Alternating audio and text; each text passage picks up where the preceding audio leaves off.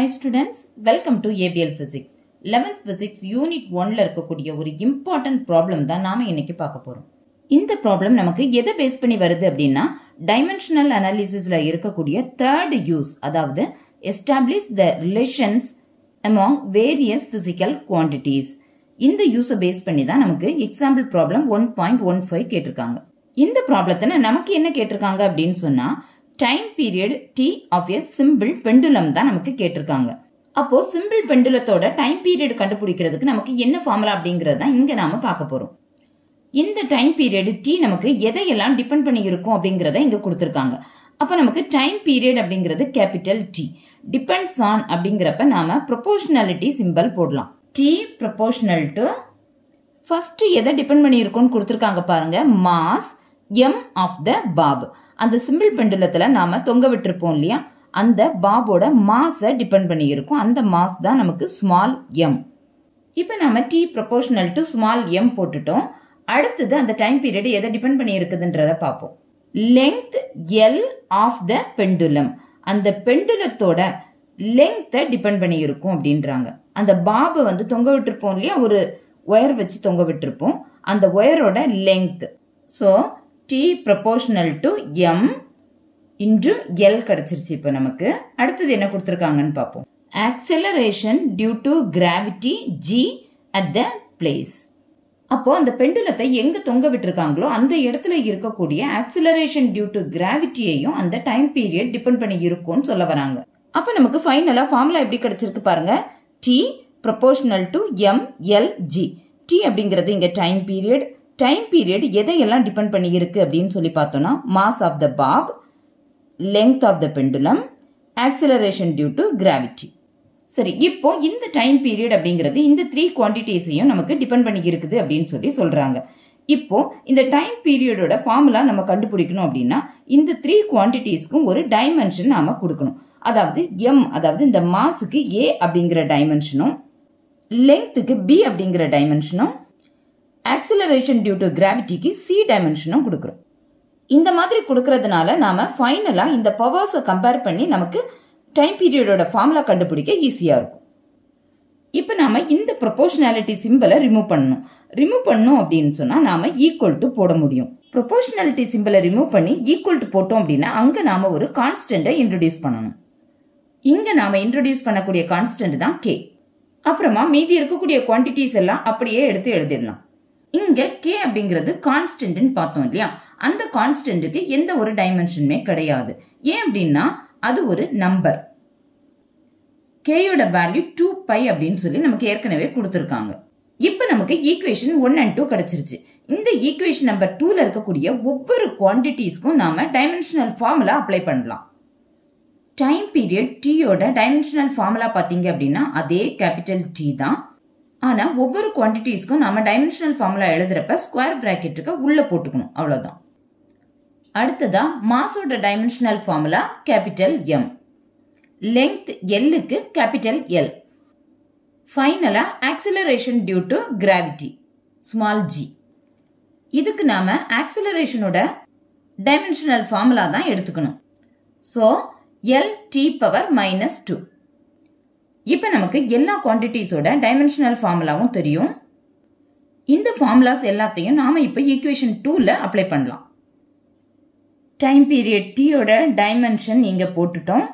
அடுத்ததான் கேக்கு நமக்கு டைமென்ஷன் கிடையாது, ஸோ அதை அப்படியே விட்டுறலாம். நெக்ஸ்ட் m, மாஸோட டைமென்ஷன். இங்க நமக்கு ஸ்மால் m தான் மாஸோட டைமென்ஷன் தான் இந்த capital M within the square bracket. அதுக்கப்புறமா இங்க இருக்கக்கூடிய இந்த டைமென்ஷன் ஏவை அப்படியே இங்க எடுத்து போட்டுடலாம். நெக்ஸ்ட் லெங்த் ஸ்மால் எல்லோட டைமென்ஷன் ஸ்கொயர் பிராக்கெட்டுக்கு உள்ளால நாம கேபிட்டல் L போடணும். நெக்ஸ்ட் இங்க இருக்கக்கூடிய பி லெங்த்தோட டைமென்ஷன் B-ய அப்படியே இங்க எடுத்து எழுதிடலாம். ஃபைனலா நமக்கு Gயோட டைமென்ஷன் Lt⁻². ஆக்சலரேஷனுக்கு என்னவோ அதுதான் போட்டிருக்கிறோம். நெக்ஸ்ட் மேல இருக்கக்கூடிய ஆக்சலரேஷனோட டைமென்ஷன் C-ய அப்படியே இங்க எடுத்து போட்டுடலாம். இனி இந்த பவர்ஸ் எல்லாத்தையும் நாம உள்ள மல்டிப்ளை பண்ணிட்டு ஒரே ஸ்கொயர் பிராக்கெட்டுக்குள்ளால கொண்டு வந்துடலாமா? இந்த t ஈக்குவல் டு இங்க ஒரு m பவர் a, அதை அப்படியே இங்க எழுதிட்டேன். நெக்ஸ்ட் l பவர் b அடுத்ததா பாருங்க, இங்க ஒரு L பவர் வெளியே ஒரு C இருக்கு, உள்ள L இருக்கு, வெளியே C இருக்கு. அப்ப நமக்கு L பவர் Cன்னு கிடைக்கும். நெக்ஸ்ட் பாருங்க, T பவர் -2 இங்க இருக்கு, வெளியே ஒரு C இருக்கு. அப்போ T பவர் -2C. இப்போ வெளியே இருந்த டைமென்ஷன் எல்லாம் உள்ள எடுத்துட்டு வந்துட்டோம், மல்டிப்ளை பண்ணிட்டு. நெக்ஸ்ட் MLTன்ற ஃபார்மேட்டுக்கு கொண்டு வந்துடலாம். இப்ப பாருங்க, இங்கேயும் L இருக்கு, இங்கேயும் L இருக்கு. நமக்கு ஏற்கனவே ஒரு ஃபார்முலா தெரியும், A power M into A power N அப்படின்றப்ப கீழே இருக்க ஏக்கு ஒரு A மட்டும் எடுத்தா போதும், மேல இருக்க பவர்ஸை வந்து நம்ம ஆட் பண்ணணும். So M plus N. So இங்க என்ன பண்ணலாம், இந்த Lக்கும் இந்த Lக்கும் பதில் ஒரு L எடுத்துட்டோம் அப்படின்னா பவர்ஸை வந்து நாம ஆட் பண்ணணும். அப்ப நமக்கு B பிளஸ் Cன்னு கிடைக்கும். அடுத்ததான் இந்த T டேர்மை அப்படியே இங்க எடுத்து போட்டாச்சு.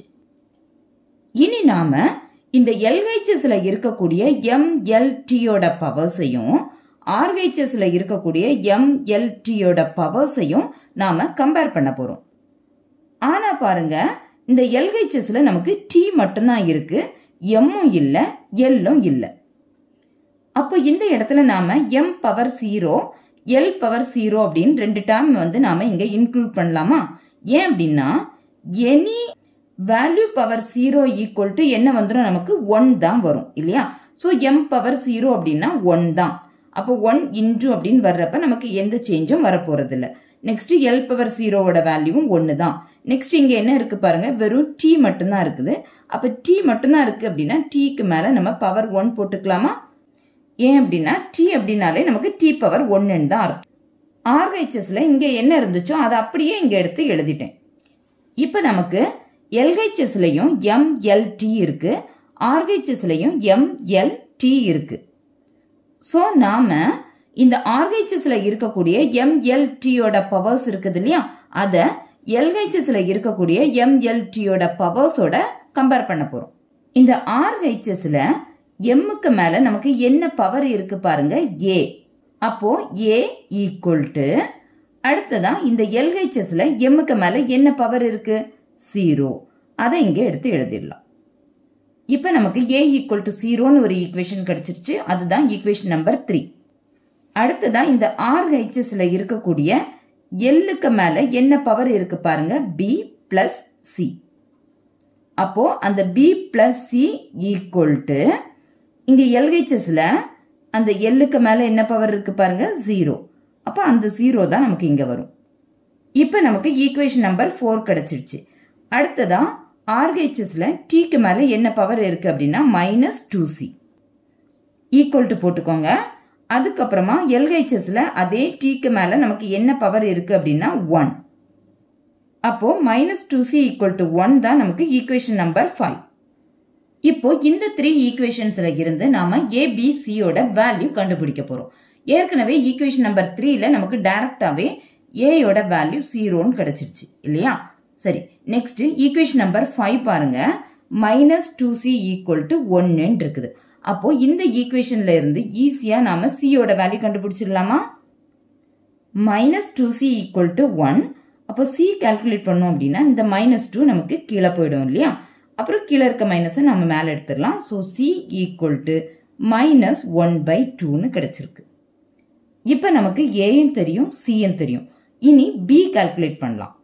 ஈக்குவேஷன் நம்பர் 4 பார்த்தீங்கன்னா B plus C equal to 0. So இந்த ஈக்குவேஷன்ல நமக்கு ஏற்கனவே Cயோட வேல்யூ தெரியும், அதை சப்ஸ்டியூட் பண்ணி B கண்டுபிடிச்சிடலாம்.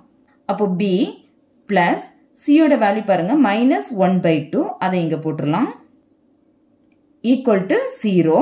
இப்போ பிளஸும் மைனஸும் நமக்கு மைனஸ் ஆயிடும். B -1/2 ஈக்குவல் டு 0ன்னு கிடைக்கும்.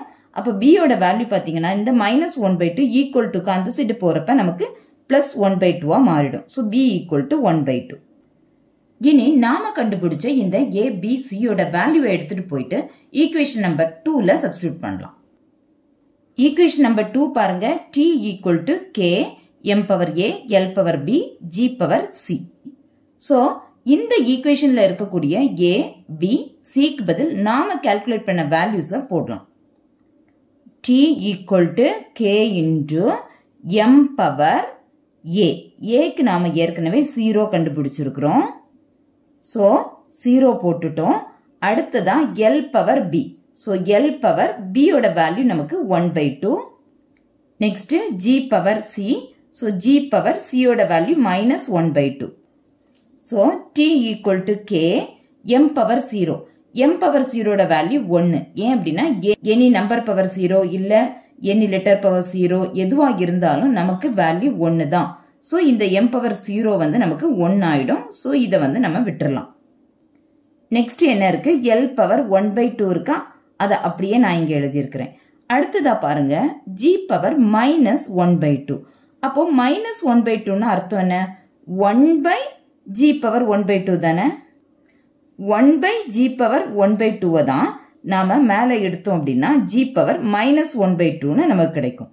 அப்போ இந்த g பவர் -1/2 இந்த l பவர் 1/2க்கு கீழே g பவர் 1/2ன்னு எழுதலாமா? பாருங்க மறுபடியும் சொல்றேன். இங்க உள்ள t அப்படியே இங்க போட்டேன். ஈக்குவல் டு இந்த k next m power 0. m power 0 value நமக்கு 1. ஸோ இது வந்து போயிடும். நெக்ஸ்ட் இந்த l பவர் 1/2 அப்புறமா g பவர் -1/2 இருக்கு. அந்த -1/2 நான் கீழே எடுத்தேன் அப்படின்னா +1/2 மாறிடும். இப்ப பாருங்க இங்க மேலையும் 1/2 இருக்கு, கீழையும் 1/2 இருக்கு. அப்ப நாம காமனா ஒரு பவர் 1/2 எடுத்துக்கலாமா? So t equal to k into l/g power 1/2. சரி, இப்ப நாம இந்த பவர் 1/2 ரூட்னு போட்டு எழுதிடலாமா? அப்ப இங்க நமக்கு என்ன வரும்? t equal to k root of l/g. அவ்வளவுதான். இப்ப நமக்கு t க்கு ஃபார்முலா கிடைச்சிருச்சு. t equal to k into root of l/g. ஆனா இந்த k க்கு நமக்கு புக்ல வேல்யூ கொடுத்திருக்காங்க. கான்ஸ்டன்ட் k ஈக்குவல் டு 2πன்னு கொடுத்திருக்காங்க பாருங்க. ஸோ இந்த k ஈக்குவல் டு 2π வேல்யூவை எடுத்துட்டு போய் நாம் அந்த ஈக்குவேஷன்ல சப்ஸ்டிடியூட் பண்ணலாம். அப்ப நமக்கு ஃபைனலா t equal to 2π into root of l/gன்னு கிடைக்கும். இப்ப நீங்க இந்த ரூட் போடுறது பாத்தீங்கன்னா கீழே இருந்தே போடணும். ஏன் அப்படின்னா l/g ரெண்டுக்கும் சேர்த்து தான் நமக்கு இங்க ரூட் இருக்குது. இப்ப நமக்கு இங்க கிடைச்ச இந்த ஃபைனல் ஃபார்முலா தான் time period of simple pendulum. Thank you.